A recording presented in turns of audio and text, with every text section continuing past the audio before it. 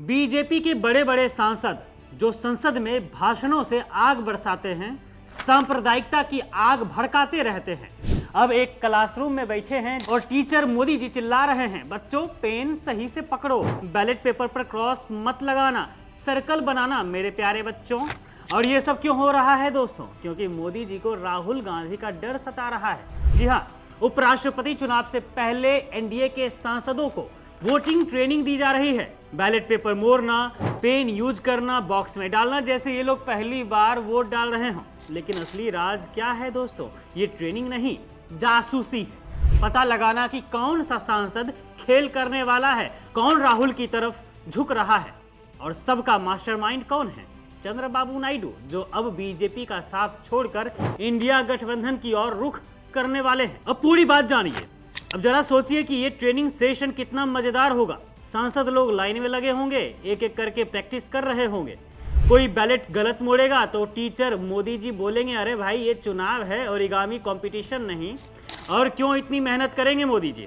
क्योंकि राहुल गांधी ने चंद्रबाबू नायडू से बातचीत शुरू कर दी है। नायडू जी जो तेलुगु देशम के बॉस हैं, अब सोच रहे हैं कि बीजेपी के साथ रहकर क्या ही मिल गया, चलो राहुल के साथ नई कहानी लिखते हैं। इंडिया गठबंधन के उपराष्ट्रपति कैंडिडेट बी सुदर्शन रेड्डी ने तो खुलेआम कह दिया था कि मुझे मोदी सरकार वाली पार्टियों से भी वोट मिल सकते हैं।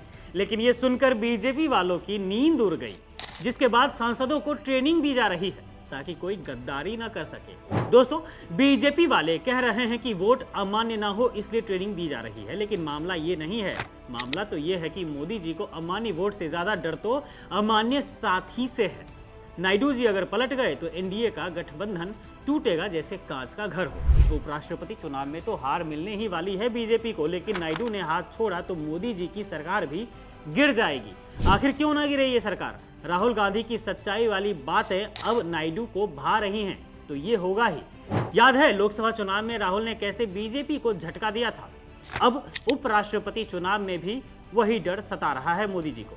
ट्रेनिंग में एनडीए के सांसदों को शायद ये भी सिखाएंगे मोदी जी कि अगर कोई सांसद मुस्कुराकर बाहर आए तो समझना वो राहुल गांधी वाला वोट डालकर आया है। खैर दोस्तों, असल बात तो यही है कि ये सब राहुल के डर से हो रहा है। मोदी जी सोच रहे होंगे राहुल अब नेता विपक्ष हैं, उनकी बातें चल रही हैं देश में, उनकी बातें सुन रही है जनता। नायडू से डील हो गई तो हमारा क्या होगा? ट्रेनिंग का असली मकसद तो यही है दोस्तों, सांसदों को टेस्ट करना, कौन वफादार और कौन खेलबाज। लेकिन मजे की बात यह है कि सांसद लोग शायद सोच रहे होंगे, अरे हम तो संसद जाते हैं, वोट डालना नहीं आता क्या जो हमें ट्रेनिंग दे रहे हो? मतलब जो पार्टी डिजिटल इंडिया की बात करती है वो बैलेट पेपर मोड़ने की ट्रेनिंग दे रही है। ईवीएम होता तो शायद ऐप डाउनलोड करवाते, लेकिन यहाँ पुराना स्टाइल क्यों मोदी जी? आखिरकार आपको भी बैलेट पेपर पर भरोसा हो गया है, यही तो पूरी देश कह रही है, विपक्ष यही तो कहता रहता है। आपका तो भरोसा ईवीएम पर है, फिर आप बैलेट पेपर से चुनाव होने दे रहे हैं, और अब तो अपने सांसदों को भी ट्रेनिंग दे रहे हैं। शायद भूल गए होंगे ना।